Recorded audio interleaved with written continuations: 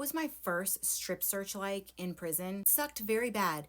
And it was the first of many to come because I spent 10 years in prison, okay? I've been out a few years, and I'm gonna tell you guys about that first time because, whoo, baby, it was, you guys, it was like, see ya, I'm checking out. Strip searches are a part of everyday life in prison. You better get used to them. You can't be shy and you can't act funny because if you do, they're going to think you're trying to hide something and then they're going to F with you even more. So you kind of just got to find a way to either mentally check out or just thug your way through it because they're not going anywhere. It's always going to suck, for the record. So listen, they don't give you any time to acclimate or even get this idea of dropping it like it's hot and busting it wide open. They throw you right off the bus and straight into a search. So we're off the bus, we're sitting on a steel bench. They start uncuffing and unshackling all of us, and they start taking us in small groups where we're gonna go to the shower area and get hosed down like dogs because they wanna make sure that we don't have lice. There will be a group of between 3 and 6 of us that will be called into this little area where there will be anywhere between 2 and 4 female officers, okay? You will be standing in front of them, they will be standing in front of you, and they will proceed to tell you to take every stitch of clothing that you have on off and drop it in front of you.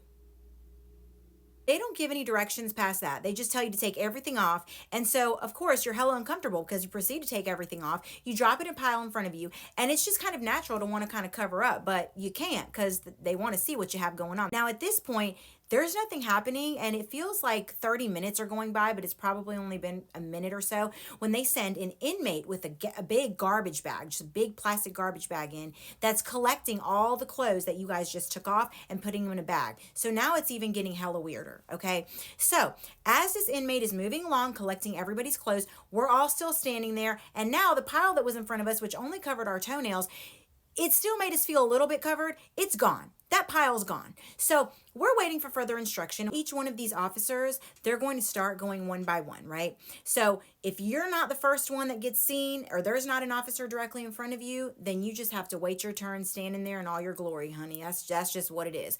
So they go one by one. They get to you and they'll say, open your mouth. They have gloves on. They'll slide their gloved finger all around your gums like this. They'll slide right here on your cheeks. They'll slide under your tongue.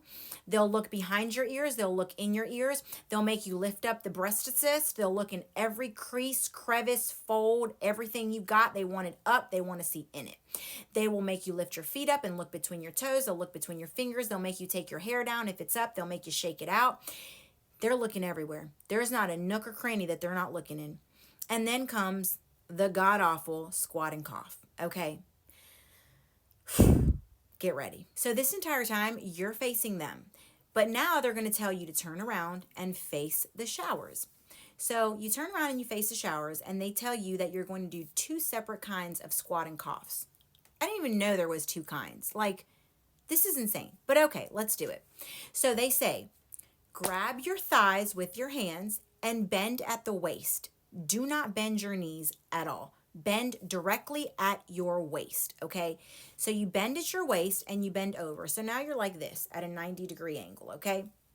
Now that you're completely at a 90-degree angle, you are told to dun-dun-dun, grab the cheekaroos. Grab the cheekaroos and spread them like a curtain. Like they want to see your flower pucker. And these are exact words that I heard come out of an officer's mouth, okay? She said, I want to see that flower pucker, girl.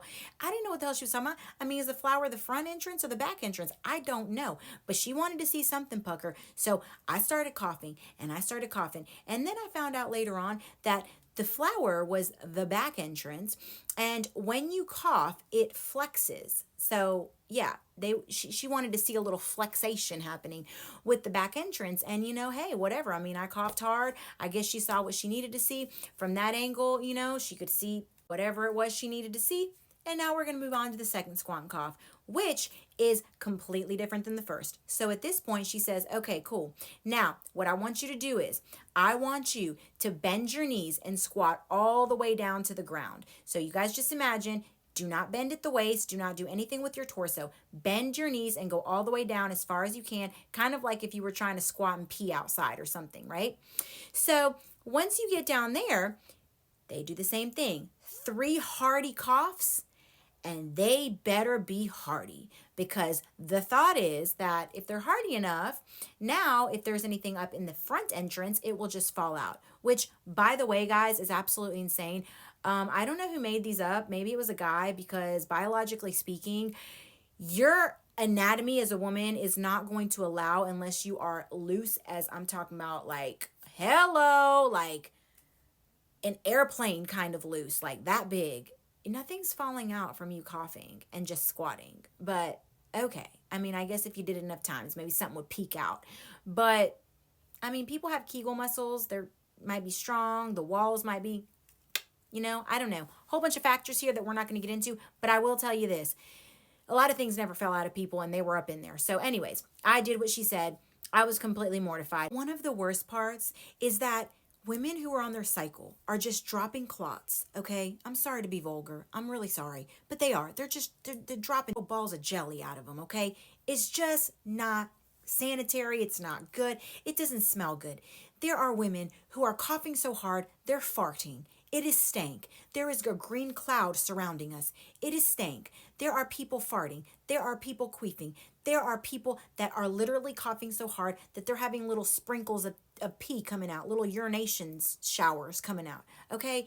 A lot of things are going on. The lady down the way, she's 70 years old. The other one down here, she's trying to twerk. I mean, it's a whole hot mess. It's stank, it's wet, it's slippery, and I'm ready to get the hell out of there. I'm not even uncomfortable anymore because there's so much going on that I can't even focus on the fact that I'm butt booty naked in front of this lady. It is craziness.